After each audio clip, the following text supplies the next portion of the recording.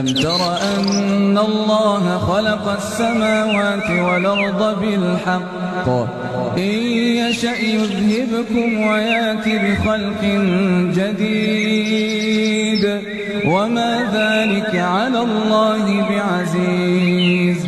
وبرزوا لله جميعا فقال الضعفاء للذين استكبروا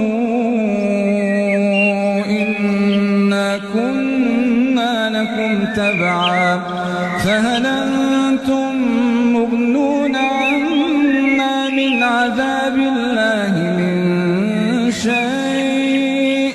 قالوا لو هدانا الله لهديناكم سواء علينا أجزعنا